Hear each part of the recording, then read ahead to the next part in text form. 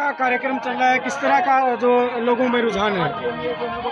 आप देख ले हैं पूरा हरियाणा में भारतीय जनता पार्टी के पक्ष में लहर है। लोग भारतीय जनता पार्टी को आदरणीय कह लीजिए नरेंद्र भाई मोदी जी के नाम पर, नायब सैनी जी के नाम पर और उनके द्वारा किए गए देश में प्रदेश में कामों को लोग ये मान करके गए भारतीय जनता पार्टी के नेताओं के हाथों में ही प्रदेश की सुरक्षा है, उनके हाथों में देश प्रदेश के हित सुरक्षित हैं। इसलिए लोगों का मन है छत्तीस बिरादरी के बहन भाइयों को कि भारतीय जनता पार्टी को ही तीसरी बार हरियाणा में भी लाना। जिस प्रकार से आदरणीय नरेंद्र भाई मोदी जी के नेतृत्व में स्पष्ट बहुमत से तीसरी बार सरकार बनी है, इसी प्रकार हरियाणा में भी आदरणीय नायब सैनी जी के नेतृत्व में तीसरी बार कमल का फूल खिलने जा रहा है। सुरजेवाला खुद की टिकट भी ढंग से नहीं ले पाए और सपने देखते हैं मुख्यमंत्री के।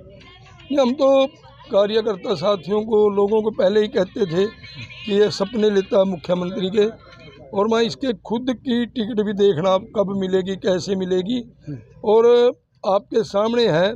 इसको बड़ी मुश्किल से हाथ पैर जोड़ करके ही अपनी एक टिकट लेकर के आया।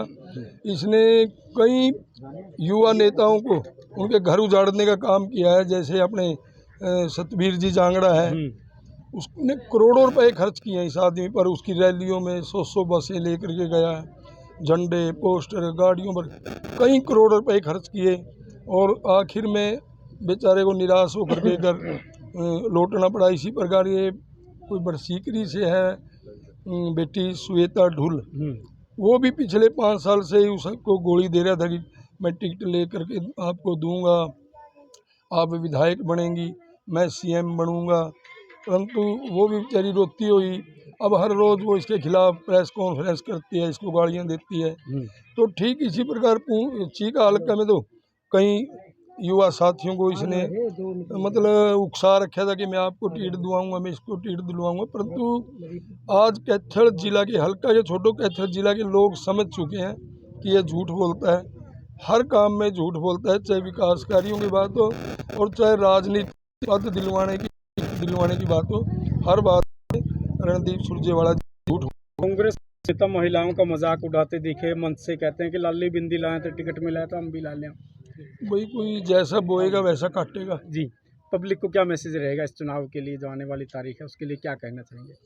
हम तो छत्तीस बिरादरी के बहन भाइयों से यही कहेंगे कि आपने कांग्रेस के 10 साल के कुशासन को झेला है, किस प्रकार से शहरों में अराजकता का माहौल था, किस प्रकार से ये बड़ी बात करते हैं दलितों की, किस प्रकार से कांग्रेस के राज में दलितों पर अत्याचार हुए, चाहे गोहाना कांड था, चाहे मिर्चपुर कांड था, अनेकों जगह इस प्रकार के कांड भी हुए, बड़े बड़े युवाओं के मर्डर हुए कांग्रेस राज में।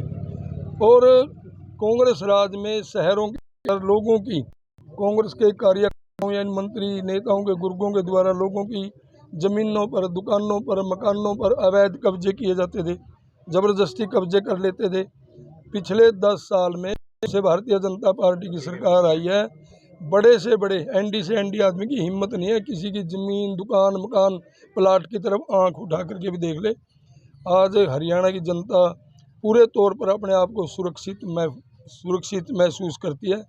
तो इसलिए लोगों को क्या चाहिए, लॉ एंड ऑर्डर और सरकार की नीतियों का घर घर तक लाभ। आदरणीय नरेंद्र भाई मोदी जी ने हमारी बहन की तकलीफ को समझते हुए 8 करोड़ 8.5 करोड़ 9 करोड़ के लगभग घरों में सरकार की तरफ से गैस सिलेंडर, चूल्हे, किट्स फ्री देने का काम किया। मोदी जी दिल्ली में बैठकर एक क्लिक दबाते हैं, एक बटन दबाते हैं, हिंदुस्तान के 14 करोड़ किसानों के खाते में हर तीसरे महीने 2-2 हज़ार रुपये, 3-3 हज़ार रुपये हो जाते। किसी प्रकार नायब सैनी आपने देखा कि हरियाणा में कम हुई, किसान का ज़्यादा है, 1,000 रुपये किसानों के खाते डालने की सरकार किया है। जो किसान की बहुत ही फसल है मगर सुख रखे। और अभी 2-3 दिन 4 दिन पहले EMP बोलते हैं उसको हटा लिया है। अब किसान को उसकी फसल के ऊपर प्रति क्विंटल 200 से 500 रुपये ज़्यादा प्रॉफिट मिलेगा, लाभ मिलेगा। किसान को प्रति 20-30 हज़ार रुपये पर किले का धान की फसल में फायदा होगा। इसका EMP